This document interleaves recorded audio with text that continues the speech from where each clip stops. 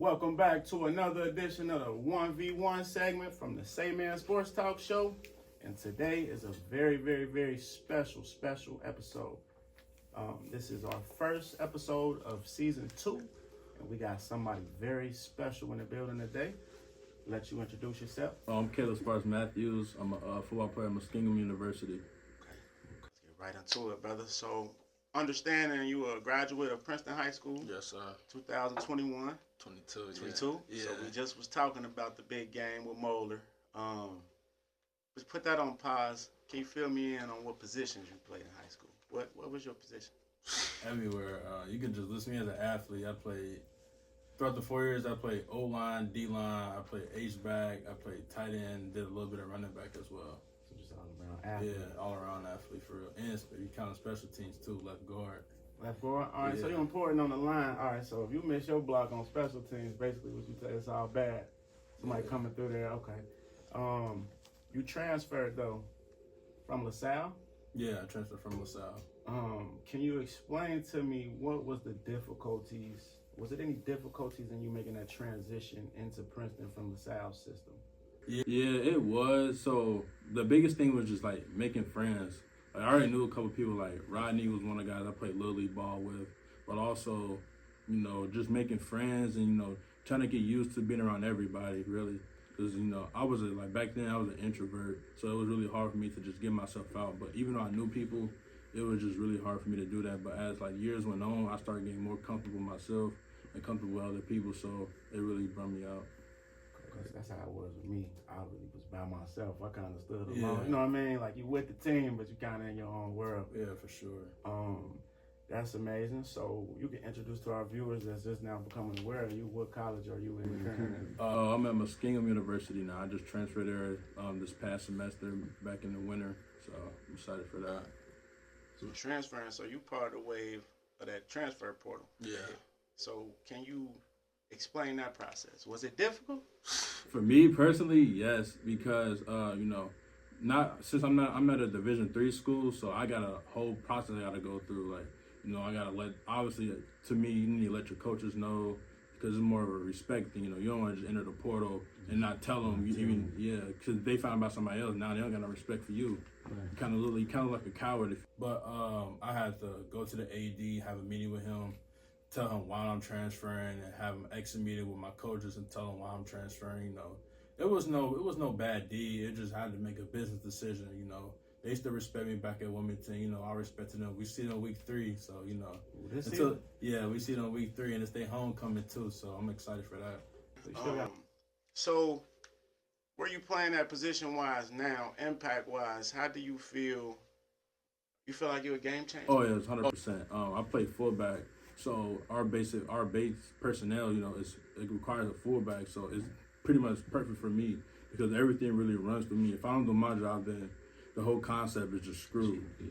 So being that you played early on and in the high school, different positions, so you would say that helped you kind of make that transition into what you're in now. Yeah, so that's natural for you. Yeah, it kind of helped me because, it just shows a coach could put me anywhere. I'm going to get the job done, even if it's new to me, I'm going to try my best ability to get the job done.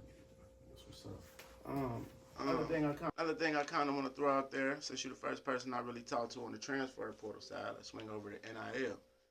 How do you feel about NIL? I feel good about it. I mean, it gives guys a lot of opportunity, especially if they come from nothing. It gives them time to be able to help their parents out back home if they struggling or whatever. But in some cases, I feel like it does get out of hand as well. I do feel like it need to be some type of a little bit of restriction on it, because sometimes a lot of guys let the money get over their head, and now you got guys hitting the portal you see every day that's just hitting the portal because they want more money. Or they'll ask, even a high school guy coming into college, how much money he gonna get, going to determine where he gonna go. Right. Do you think a lot of decisions are made more leaning on the money side, or now as a player wanting to be a part of the university? I think now with NIL is more the money side, especially really at the higher Division I level, because you see it every day. Guys leave schools because they weren't getting that much money, or they get more money at a new school, and that's why they transfer. Yeah. Okay.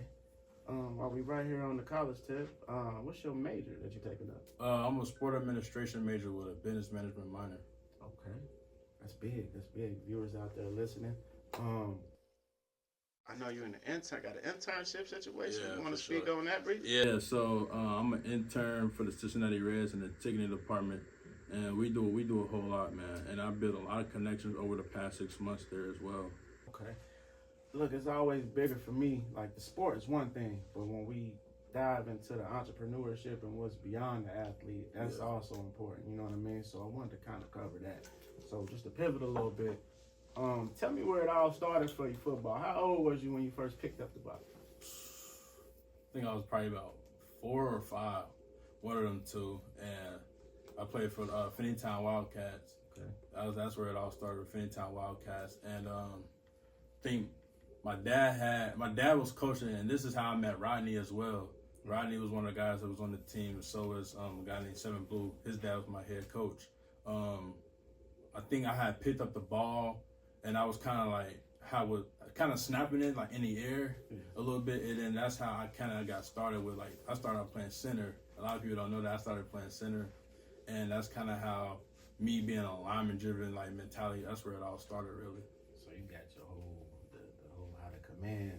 Yeah, from my dad played it too, so that's kind of the reason why I was probably doing it as well at that young of an age.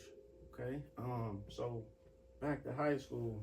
I know we had our conversation before, but what was your most memorable, or I guess I could say highest moment for you in high school, team-wise? So what basically happened that solidified the bond with you and your players in high school, your teammates?